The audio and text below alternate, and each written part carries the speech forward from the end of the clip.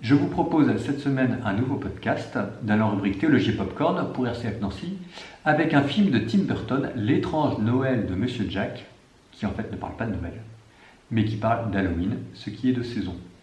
Vous retrouverez sur la chaîne YouTube d'autres vidéos de catéchèse pure, etc. En attendant, je vous dis toute mon amitié et ma prière et joyeuse fête de la Toussaint. Nous parlerons cette semaine d'un classique du cinéma d'animation, L'étrange Noël de Monsieur Jack, un film produit par Tim Burton en 1993. Mais direz-vous, c'est un film qui parle de Noël, pas d'Halloween. Mais écoutez plutôt, tout commence avec Jack. Jack est le roi de la ville d'Halloween. Mais Jack a beau être le roi de la fête des citrouilles, Jack s'ennuie. Peut-être comme vous d'ailleurs dans votre voiture en ce moment, dans les bouchons. Mais Jack, lui, un jour de solitude et de neige, errant au gré de sa mauvaise humeur, Jack découvre une ville jusque-là inconnue, la ville de Noël. Jaloux de ce qu'il voit, Jack, le roi d'Halloween, kidnappe le Père Noël et décide de fêter Noël à sa place. Tout au long du film, Halloween et Noël vont être mis en parallèle. Alors, nous en profitons pour revoir les points communs qui existent entre ces deux fêtes. Premier point commun. Les deux fêtes, Halloween et Noël, ont tous les deux une origine païenne. Il y a environ 3000 ans, en Irlande, les Celtes fêtaient la fin de l'année, non pas le 31 décembre, mais le 31 octobre. Et la dernière nuit de cette année celte, le 31 octobre, appartenait au dieu de la mort Samhain. Pour faire fuir les fantômes qui rôdaient alors, les Celtes étaient obligés de se déguiser avec des costumes qui feraient peur aux morts eux-mêmes. La fête d'Halloween. Quant à Noël, c'est une fête romaine. Dies Natalis Solis Invicti, la date anniversaire du soleil invaincu. Dans la nuit la plus longue de l'année, le soleil, qui a paru un instant faiblir, voire mourir, renaît plus fort et plus brillant. Les nuits raccourcissent, les journées rallongent, c'est Noël. Vous notez, en passant, que Noël techniquement aurait dû être fêté le 21 décembre, solstice d'hiver, mais en raison des fêtes saturnales romaines, un empereur l'a reporté au 24 décembre, d'où Noël. Deuxième point commun. Halloween et Noël ont tous les deux été des fêtes christianisées. Le 24 décembre devient à Rome, dès le IVe siècle, le symbole de la naissance de Jésus, le vrai soleil invaincu. Quant à Halloween, son nom évoque la Toussaint. Hallow, saint, Eve, la veille. Halloween, la veille de la Toussaint. Que ce soit le pape à Rome pour Noël, ou les moines en Irlande pour Halloween, les chrétiens vont s'efforcer de canaliser la ferveur païenne pour lui donner un nouvel objet, l'espérance. La vie après la mort à Halloween et Dieu venu parmi nous à Noël. Troisième et dernier point commun. Ces deux fêtes païennes puis chrétiennes sont redevenues païennes, ou plutôt consuméristes, car le moteur de ces deux fêtes aujourd'hui, c'est le commerce de masse. C'est la marque Coca-Cola, par exemple, qui a rhabillé le Père Noël en rouge de vert qu'il était. Et ce sont les commerçants qui ont introduit en France la fête américaine d'Halloween pour favoriser la dépense. Et pour favoriser la dépense, on pousse les enfants à célébrer la mort à Halloween à coups de déguisements et de bonbons et à célébrer la vie à Noël à coups de cadeaux et de bonbons. Mais dans le film, comme dans la réalité, c'est une seule fête à 2 mois d'écart que les enfants célèbrent de nos jours. Une fête à 2 visages, la mort en octobre, Halloween, et la vie en décembre, Noël. Nous continuons notre réflexion avec le héros du film, Jack. Et nous commençons par une surprise. Le saviez-vous ? À l'origine, Halloween se fêtait non pas avec une citrouille, mais avec un navet. C'est en immigrant aux États-Unis que le navet s'est transformé en citrouille. Car s'il est abondant en Irlande, le navet est plus rare aux États-Unis et on l'a remplacé par une citrouille. Pour nous, ce serait plutôt l'inverse. Il y a plus de chances que vous fassiez une purée de navet pour midi qu'une purée de citrouille. Mais revenons à Halloween. Quel rapport, me direz-vous, entre un navet et Jack? Eh bien, à l'origine, à Halloween, on prenait un navet que l'on sculptait en forme de visage humain. On évidait le navet, on mettait une bougie à l'intérieur et on se promenait alors dans les rues de Dublin avec cette tête fantomatique que l'on promenait au bout d'une tige. C'était Jack la lanterne, Jack O'Lantern en anglais, le héros de notre film L'étrange Noël de Monsieur Jack. Lequel, en passant, a d'ailleurs une tête de navet sculptée dans le film. Et je ne résiste pas au plaisir de vous raconter l'étrange histoire de Monsieur Jack la lanterne. À l'origine, Jack était un feu follet. Je n'ai jamais vu de feu follet, mais j'admets volontiers que ces feux qui se baladent au milieu de nulle part doivent être impressionnants. On les prenait alors pour des esprits venus d'un autre monde, le monde des morts. Nous sommes en pleine célébration païenne d'Halloween, c'était il y a 3000 ans avec les Celtes. Le monde des vivants et le monde des morts n'étaient pas étanches et il fallait se doter de frontières efficaces pour pouvoir se protéger. D'où Jack la lanterne, sorte d'épouvantail à feu follet. Puis Halloween s'est christianisé et les feux follets sont devenus associés aux âmes errantes du purgatoire, les âmes qui attendent le jugement dernier avant de parvenir au ciel. Et c'est ainsi que Jack est devenu un homme du purgatoire. C'est un homme, ou plutôt, c'était un fieffé roublard, un avare, ivrogne, orgueilleux, une canaille. Un soir, dans une taverne, notre Jack fait la connaissance du diable, qui lui propose un pacte diabolique. Vendre son âme en échange de pouvoirs surnaturels. Mais notre Jack n'est pas né de la dernière pluie, et il va demander au diable de lui offrir un dernier verre. Aussitôt, le diable se transforme en pièce de 6 pence. Sur la pièce est gravée une croix en argent. Le diable est maintenant prisonnier de la pièce. Jack obtient du diable un répit de 10 ans pour pouvoir le libérer. Et 10 ans plus tard, rebelote, même histoire, je vous passe les détails. Finalement, Jack arrache au diable la promesse de ne pas terminer en enfer. Et lorsque Jack meurt, non seulement l'entrée du paradis lui est refusée parce que c'était un ivrogne, mais l'enfer également lui est refusé. Ni l'enfer, ni le paradis. Alors Jack arrive à convaincre le diable de lui donner une braise tirée du feu de l'enfer. Il place la braise dans un navet, creusé en guise de lanterne, et, sans lieu de repos, il part hanter les landes irlandaises et chaque année, il réapparaît le jour de sa mort à Halloween, en attendant le jugement dernier qui délivrera Jack, le navet, de son errance.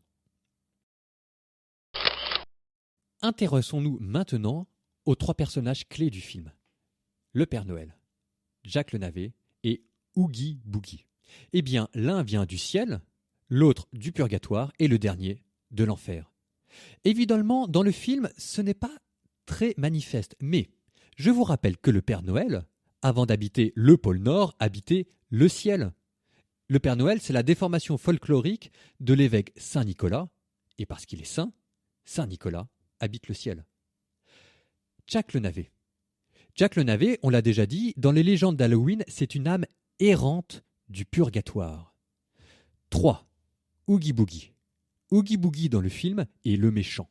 Il habite au fond d'une caverne infernale, Infernus en bas, où brûle un puits dévorant le feu de l'enfer. Oogie Boogie est la figure du diable. Avec ces 3 personnages, on retrouve la géographie chrétienne de l'au-delà dans le film de Tim Burton. Le ciel, le purgatoire et l'enfer. Mais il faut dire aussi que Tim Burton n'exploite pas beaucoup cette géographie de l'au-delà dans ce film. Oui, et je trouve cela dommage, car je pense que le film y aurait gagné. Prenez le Père Noël. Le Père Noël dans le film n'a aucune consistance morale. Il n'existe que pour assurer le divertissement des enfants, et il se retrouve en enfer à trembler de peur. Comme on aurait aimé que le Père Noël soit autre chose qu'un simple personnage de pacotille, dont la seule poésie consiste à être un distributeur automatique de cadeaux. On aurait aimé que, prisonnier de l'enfer et de Oogie Boogie, le Père Noël reste une âme venue du ciel. Cela ne lui coûtait pas cher, après tout, de nous faire rêver. Il suffisait qu'il reste le Père Noël. Joufflu, oui, mais pur, bienveillant et fort, même en enfer. On aurait cru en lui, on aurait tremblé pour lui. Mais pour cela, il aurait fallu retrouver Saint Noël, qui se cache derrière le Père Noël. Pardon, il aurait fallu retrouver Saint Nicolas. Venons-en au purgatoire et à Jacques le Navet. Il y a 2 concepts clés dans le purgatoire chrétien, la nostalgie et la purification. La nostalgie, car les âmes du purgatoire ont eu le pressentiment du ciel. Elles ne peuvent encore y rentrer, mais elles gémissent de tristesse et d'espérance dans l'attente du ciel. Dans le film, Jack est nostalgique. Oui, mais cette nostalgie n'a pas de profondeur, et on a plus l'impression d'un enfant gâté qui s'ennuie que d'une véritable nostalgie. Un ennui de façade, que la fin du film viendra d'ailleurs résoudre par une petite pirouette amoureuse. Pas de purification non plus. Jacques est à la fois gentil et effrayant, narcissique et généreux, mais il ne grandit pas. Et parce qu'il ne grandit pas, le spectateur non plus ne grandit pas. Enfin, Oogie Boogie et l'enfer. Eh bien, à la fin du film, on apprend que Oogie Boogie n'est qu'un simple sac à patates, une sorte de boursouflure, une illusion que l'on peut chasser. On le prend pour un puissant personnage caché dans l'enfer, il n'est en réalité qu'un microbe que l'on peut écraser du talon. Alors oui, le film est réussi, mais il aurait pu devenir un très grand film et il en avait les moyens. Pour ne pas avoir exploité de carte morale de l'au-delà, Tim Burton empêche son film d'être autre chose qu'un conte pour enfants. Quel est le point commun entre Tim Burton et Jésus ? Eh bien, le voici. Les deux souhaitent que vous redeveniez des enfants. Prenez Tim Burton. Tous ses films tournent autour de l'enfance. Et le film dont nous parlons en ce moment, L'étrange Noël de Monsieur Jack, ne déroge pas à cette règle.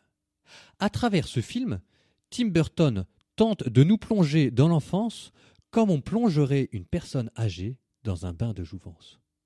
Je me souviens d'une amie qui trouvait le Père Noël stupide, mais qui ne cessait d'en parler à sa fille dans le secret espoir de revivre à travers sa jeune fille la poésie de Noël.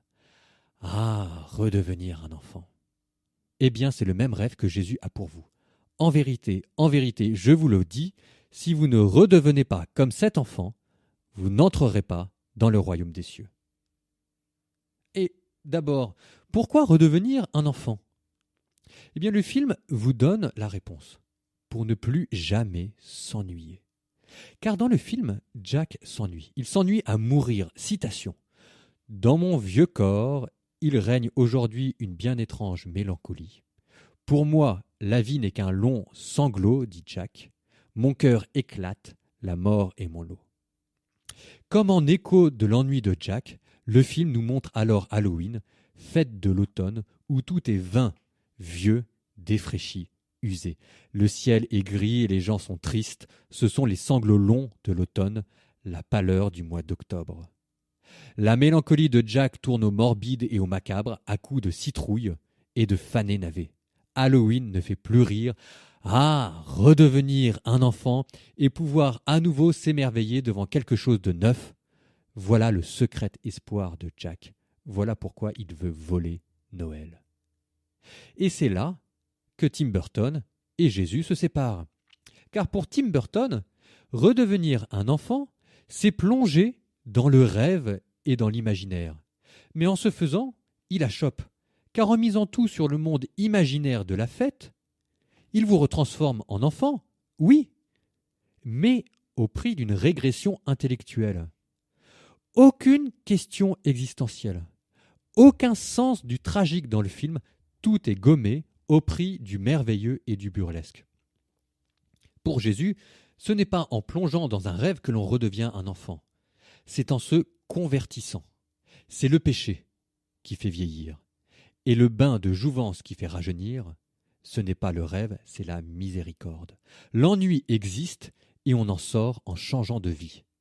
Les vieux moines disent qu'il n'y a jamais eu qu'un seul enfant sur terre, Adam au paradis, avant le péché. Car, voyant tout pour la première fois, Adam s'émerveillait de tout. C'est avec le péché que son cœur est devenu vieux et nous avec. Mais Jésus dit que l'on peut redevenir jeune de cœur. Une prière dit Dieu qui aime l'innocence et qui la fait retrouver. Oui, répondent les vieux moines, pour l'homme qui purifie son cœur, chaque lever de soleil redevient peu à peu comme le premier lever de soleil du monde. Toute chose redevient neuve. Et c'est cet enfant qu'aurait dû redevenir Jacques.